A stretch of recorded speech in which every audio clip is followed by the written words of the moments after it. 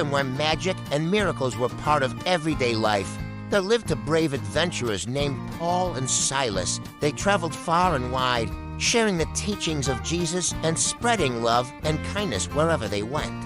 One day, as Paul and Silas journeyed through a bustling city, they came upon a young girl who was enslaved by dark forces. She was known for her ability to tell the future, but her gift had been twisted by those who sought to exploit her for their own gain. Filled with compassion, Paul and Silas approached the girl and spoke words of healing and hope. With a wave of their hands, they banished the dark forces that held her captive, setting her free from their grip. But their act of kindness angered those who had been exploiting the girl for profit. They seized Paul and Silas and dragged them before the rulers of the city, accusing them of disturbing the peace and causing chaos.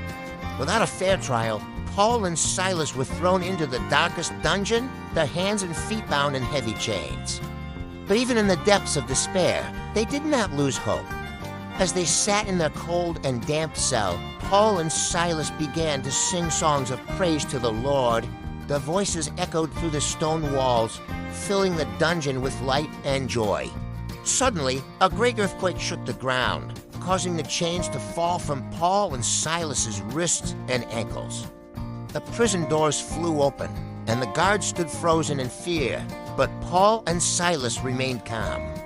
They knew that this was a sign from the Lord, a sign that he had not abandoned them even in their darkest hour. As the guards looked on in amazement, Paul and Silas stepped out of their cell and into the night air. They were free at last, their spirits soaring with gratitude and joy. But instead of fleeing from the city, Paul and Silas returned to the prison to speak words of forgiveness and hope to the guards and prisoners alike.